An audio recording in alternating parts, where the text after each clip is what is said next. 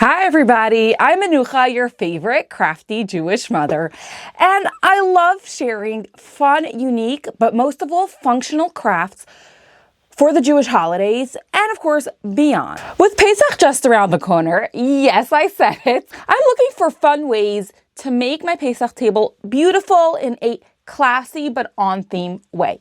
And so I decided to try stamping some napkins in Pesach themes. So this is my test. And I'm going to be showing you how to make it. We are going to start with a template. Now, full disclosure, I made this template afterwards. I tested the project on something I just did by hand. So your result might look slightly different just because the template is different, but you can, of course, also draw your own pictures, be creative. I just provide the template so that anyone who feels like they don't have necessarily the drawing skills, but they love making things, can go ahead and do their own. But you definitely can draw your own, and this is a very simple shape. You know, the eye shape on top, the stemware going down. And we also have Chag Sameach in two different fonts. That means happy holidays or happy holiday. Pesach, that's Passover in a circle, and you can add, you know, your own patterns and details there. And a matzah, which I would encourage you to add your own stripes to. It didn't make sense for me to make you trace a bunch of stripes. That doesn't make sense. A wine glass that you could do one of or four of, and two doves. Again, you can use one of them or both. They're just facing sided too. We are using Fabric Creation Soft Fabric ink. This is, you know, a paint that is supposed to just sort of dye the fabric and print it and not, you know, create a surface layer over it. You should heat set it, definitely, because napkins are something you're going to throw in the laundry. So that means just a quick press of the iron over it. And then what we are going to be using to be making this is very, very accessible materials. It's kind of part of what I wanted. We're using simple craft foam. You can see I cut the wine glass, I adjusted the shape. And I sort of just used double-sided tape to stick it onto this wood cutout that I happen to have had handy. You can use any wood block that's a good enough size, preferably one that you could grip with your hand, but if your design is too large, you'll need to use something a little bit bigger. That's fine too. And again, keep in mind the scale of your napkin. So what we're going to be using as napkins, this one I actually cut apart because I use it as like disposable rags, small bits of it. For when I'm like using mineral oil, butcher block oil on projects. But we're going to, you know, put the design in a corner of these. These are sort of like bar cloths. They're, you know, tea towels work. You can also buy blank linen napkins. Now, the trick is that you want a fabric that's soft, that's absorbent. I have tried this craft before in the past and totally failed because I tried using something that was more of a placemat, using the foam stamp technique. Something that's more of a placemat is not going to work very well for this. You can also, by the way, you know, pull shapes from Cricut, cut and emboss them on your Cricut to do if you have a Cricut, but we're going to be doing all this by hand. They're simple shapes. It's easy, and I want to show you how to do it by hand, so I'm going to ditch the Cricut for this one. So yeah, so just a tip, choose a good soft absorbent fabric, you know, test it, make sure it works in advance, but you want something that'll pull the ink in, not something that's supposed to be water repellent that will not allow the ink in. So we're going to switch to overhead, and I'm going to show you how to make these. Before we begin, I always drop a link. I am first and foremost a blogger with a website. Jewish.momsandcrafters.com is where I share my Jewish tutorials. And I always drop a link in the description to the video with a step-by-step written out tutorial in case you want to reference it without having to find the spot in the video. I find that videos are really great if you're showing kids how to make it, if you want to demonstrate, or if you're just a very visual person, or if you're struggling with the ads on my website that I use to monetize it, you know? So definitely, if you prefer to read to read a written tutorial, go ahead to jewish.momsandcrafters.com. Link is in the description of this video, directly to the blog post. Another thing is there I link all the supplies I use, usually in the descriptions of my videos. I do drop links to sort of the key supplies, the core supplies, you know, the main things that you're going to want to get, but it's not a full supplies list. So definitely go ahead and check that out. And of course, make sure you subscribe if you enjoy Jewish crafts for around the Jewish year. I try to keep things as doable and as functional as possible. I love, love, love sharing, you know, DIY decor, DIY Judaica, things that you can sort of personalize to make them fit with Jewish holidays. Make sure to subscribe and definitely share this video with more people. You can see we don't get a lot of views here because there aren't that many crafty Jews who are looking for these types of things. So we just need to reach all of them to make this channel sustainable. So go and share this with anyone you think might be interested. Let's get crafting. All right, so before I go through the actual process, I did do one with the cup, as you can see. I used this one to photograph the written tutorial. And I want to show you a few mistakes sort of before we get started, and then I'll outline to you how to do it a little bit better. So You can see this shadowing. That's because I did not clean around there. So when you press, because it's a very shallow stamp, you do want to make sure that if too much, I saw the paint accumulating sort of there, and I just didn't do anything about it. You can see over there, I still didn't clean enough. So just having a paper towel handy and every few rounds, especially if you're reusing the same stamp a lot, just cleaning over there is really helpful. On my earlier ones, as well as on this one, you can see that the sort of carving doesn't show as much. After you put on your paint, make sure it's a very, very light, thin layer. Taking this and sort of cleaning it out, obviously you want to clean one, this one isn't clean anymore, helps. So if you have a lot of carvings, it might just take you longer, especially if you're doing a lot, but something like this kind of carving, you're only going to be doing once, or the doves, you know, the more complex ones. This one specifically was a border, so it's automatically a little bit harder. But when you're doing something that you're only doing once, it's going to be easier to just sort of be more meticulous with it. So I'm going to put this aside to dry and show you how I did this. This is what I'm using. It's a dollar store flour sack towel. It is quite big. I'm using this because that's what I have. I actually have these napkins as well. However, I only bought a few of them because I bought them to make something else. So such a napkin is definitely what I would recommend. You know, get something like this, just print on it a very, very simple minimalist color. I'm like kind of debating if I should show it to you on this, but I really kind of do want to hang on to this for what I bought it for, especially since I don't have enough to really make a set of napkins, a full set of napkins. All right, so here we have our template. I did need to correct it and reverse it, and we're going to work with this one here. I sometimes do that with crafts. I forget. We're going to start with the outline and just get our outline cut out, just because I find that that's an easier way to work. There are many, many different ways you could transfer your design. So I was kind of hoping that we could just carbon paper it. That's the easiest. But carbon paper just doesn't transfer so well to foam. So we're still going to try to do that. I'll show you how it works. So this is just standard craft foam, very, very easy and affordable. You can, of course, get proper stamping sheets. You can use that especially if you're looking for something a little more professional. Then I think carbon paper does work a little bit better. And then you can also sort of like hand carve it with tools. But again, we're trying to make this approachable and something that anybody can do. So we're going to do that, and now we're going to try and transfer the design using carbon paper. So first of all, half of my issue with the carbon paper was that I wasn't using it right. You have to make sure the design is face down and it's not like folded or anything. So let's do that, and I am using sort of feel now to make sure that it's like, you know, correctly on the design.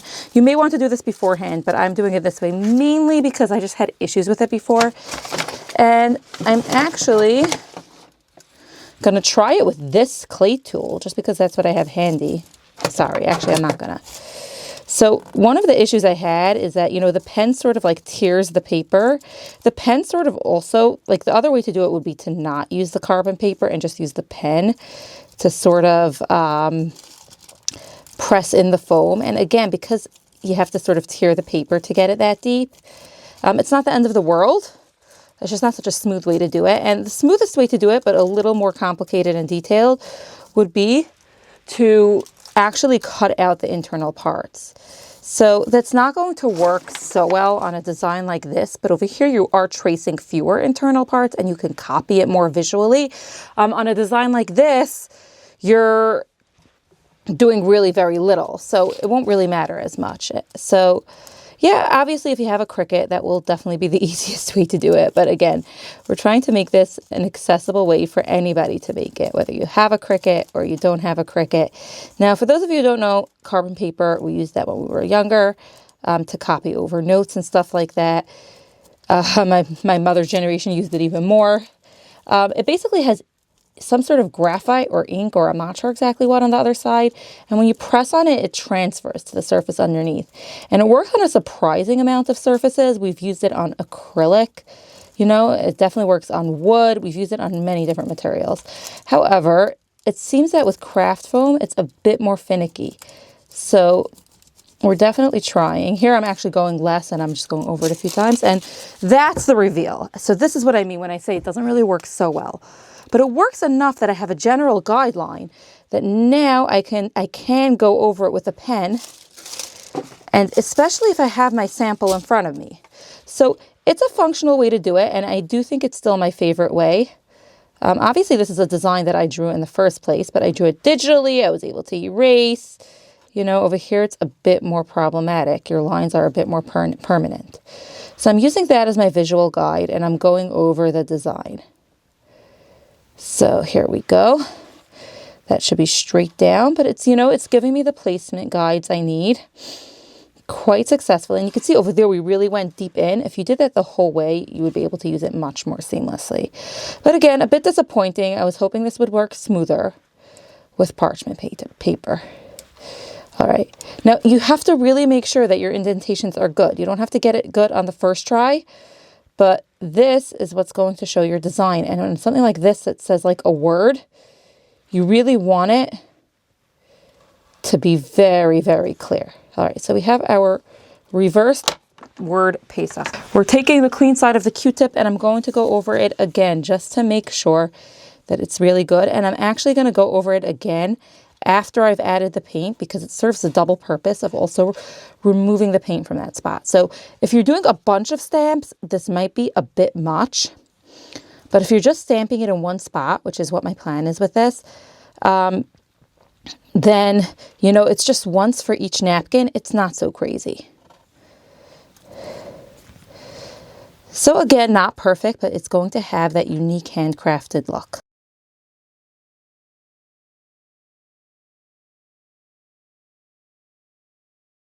All right, you can see we didn't go all the way through, although there is some texture on the other side. Now, this block that I used before is not big enough, so I'm going to find something that's big enough to use to hold it. I have seen people use cardboard. You know what? I think we're going to do that. I figured I might as well show you fully how to make sort of the cardboard handle for this. So our width isn't enough, but we could cut it into three, you know, cut it in half. But we could definitely cut this into three. And we're going to make it even. We're going to make it a little bit smaller so we could handle it more easily. Now, again, you can use just the one, but it'll be easier if it's thicker. So maybe we should have done it a little less deep, but we'll see. So you want this stack to be roughly the same size, and you can either hot glue them together, but our hot glue gun is not fired up right now. Yeah, so they really should be the same size. We will trim these down.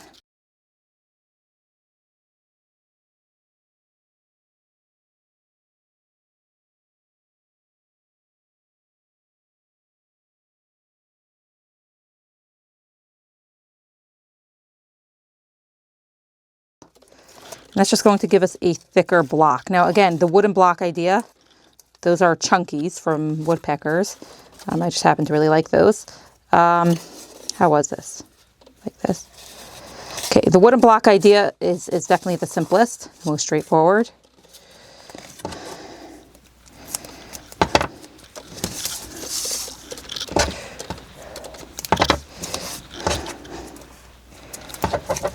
But this will work quite well.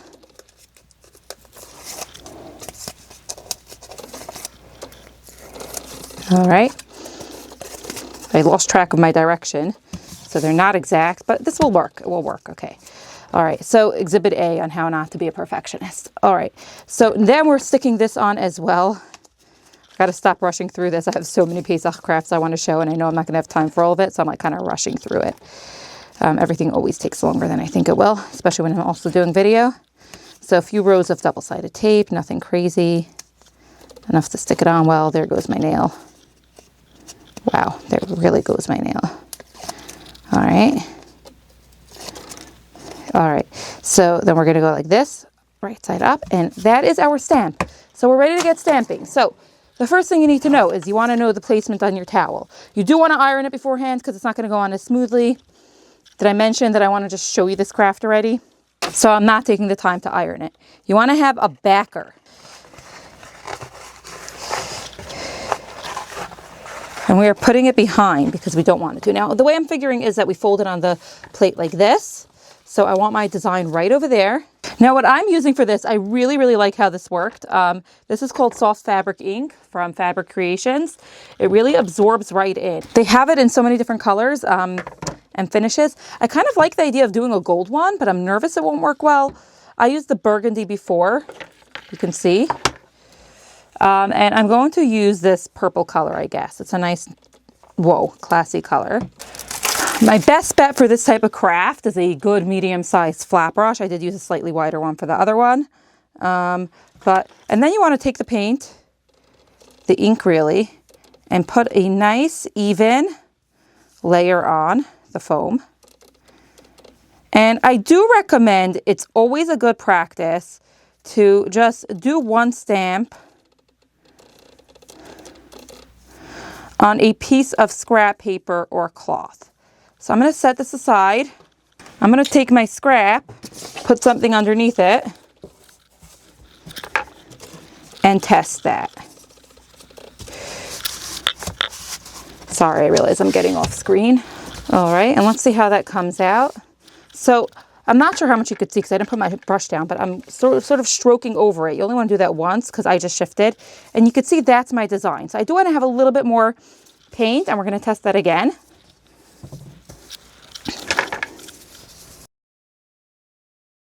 And what we're going to do is we're going to put a little bit more, again, not loading it, just a thin, even layer. Now, by the way, I think one of the reasons why it didn't go so smoothly now is because the foam does absorb a little bit of paint. So on the first round, you'll often have a bit of a lighter layer. But again, just to remind you, this is not going to get us our word clearly. So we want to, first of all, make sure to remove any excess.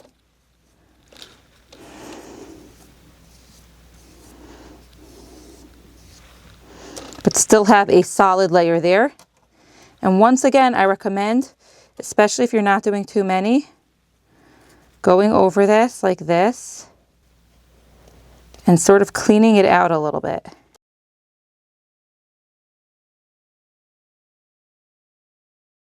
And it does help to have a paper towel nearby. And we're cleaning the groove. We're not removing all the paint. We're just sort of emphasizing it. And keep in mind that that sort of like imperfect look, you want it to be legible. But that sort of imperfect look really does help it still look like, look handmade. You want it to have that stamped look. Now, if you make some mistakes, you're just going to want to kind of like, if you by mistake remove from the wrong part, or I hand printed there, you want to fix it, make sure it's solid. Again, the wine design is definitely your easiest one. So if you are concerned about going easy, go for the wine one. That's sort of like the beginner design on this project.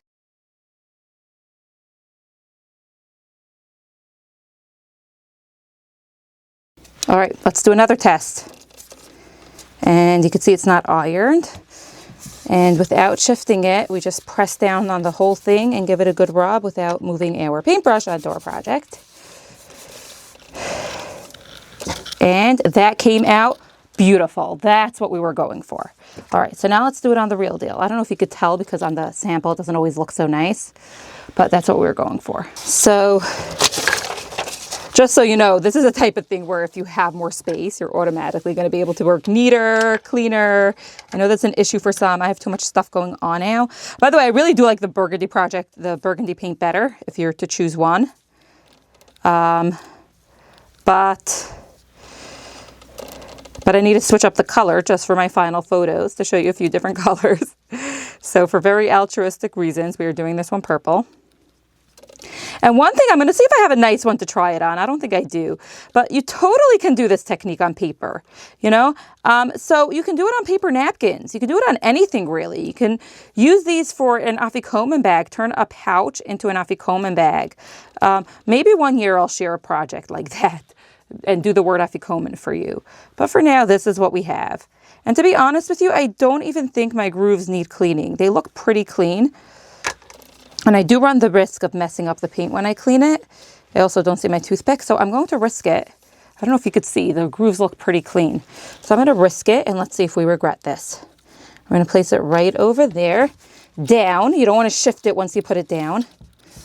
That was the whole project that shifted, and we're going to rub over the whole thing. And pray it comes out nice. And there we go. It's beautiful. So check that out. Now, the next step, it was hard to tell because it was over the thing, but that's kind of cute. We could add more detail if we want. I'm going to do one last one off camera to show. But now we're going to give this 24 hours to dry fully, and then we're going to heat set it with an iron and a cloth on top. Our final step is going to be to heat set this, and you could see the difference between my first stamps and my last one. So this one is trimmed along the whole bottom. That's the value of practice, just so you know. This one is trimmed along the whole bottom, and I can sort of fold it so that, you know, the nicest cups show. I kind of want to fold it so that only 4 show, because that's kind of the idea. But we're setting it on a heat-resistant mat or an ironing board, of course. This is just what I have in my craft space. Butcher block paper or a pressing cloth. And the paint does not share how long to do it. So we're just going with, you know, pressing it for a few seconds each. You know, and then just moving on to the next one. The butcher block paper is relatively transparent, so I could see where my design is. And this should do the job of heat setting it. You know how when you have a stain and then you iron over it, it's going to be much harder to get the stain out. So this is a stain that we actually want. Now, I want to show you something. I'm going to pause for a second.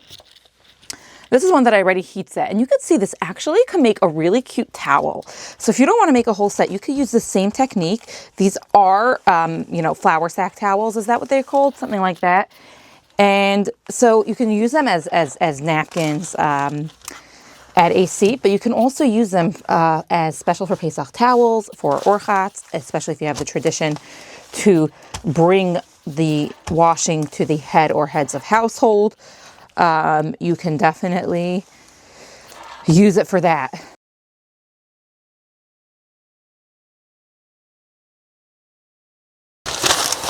I know that if you're doing this in a classroom setting, your first question might be, can I just skip this step?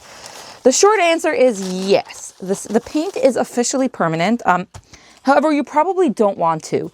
And what I would recommend, if you don't want to do this step like this, you can definitely bring them home, wash them on a hot cycle.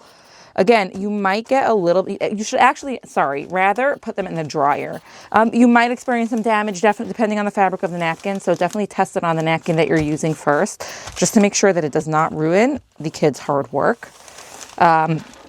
But I do recommend just heat pressing it. You know, if they do simpler designs, it'll be quicker. Otherwise, you've just added to your ironing pile. I am sorry. But there we go.